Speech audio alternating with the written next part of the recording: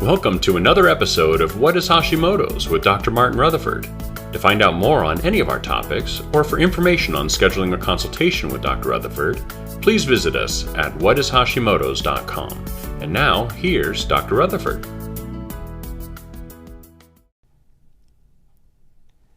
Hi, Dr. Rutherford here today, and we're going to talk about a topic that's been coming up a lot lately because it's utilized a lot in society, more now than ever before, and that's Botox.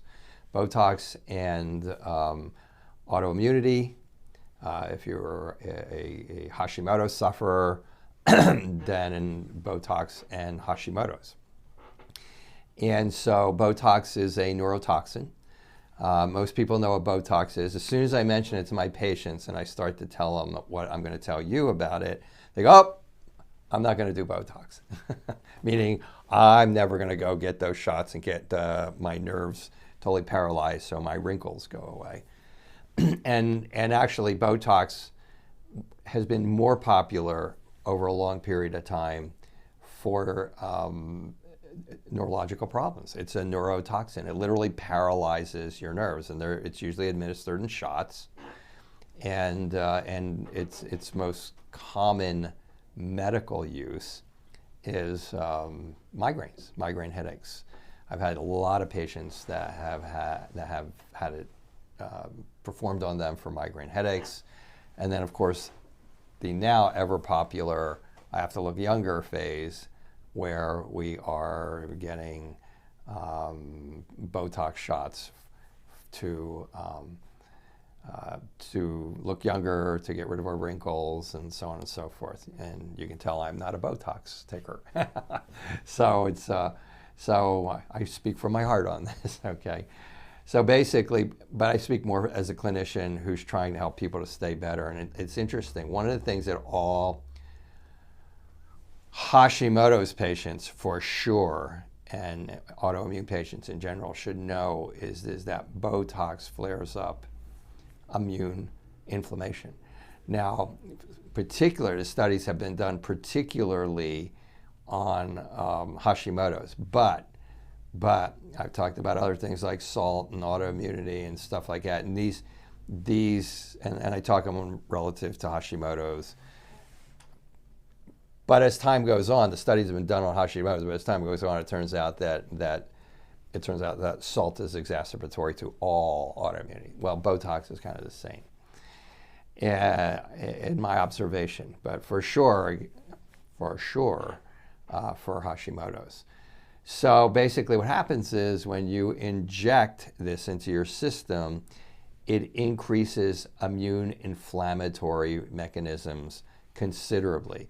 For Hashimoto's, for thyroid problems, the largest study that was done indicated that if you have antibodies attacking your thyroid, a shot of Botox will increase them by as much as 72%. And across the board, it's been shown that different other studies have said that autoimmunity in general is flared up. One says 35%, one says 52%, and stuff like that. But the bottom line is if you have autoimmunity, you should just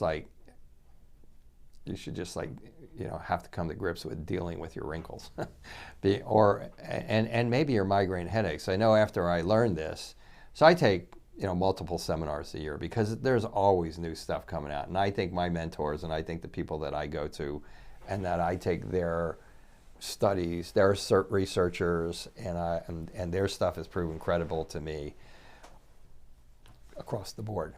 And when I got this data from this one particular seminar, I had several patients that I thought, let me send this out to them so that they would know, for future reference, not to take a Botox shot, so that they would get out of the remission.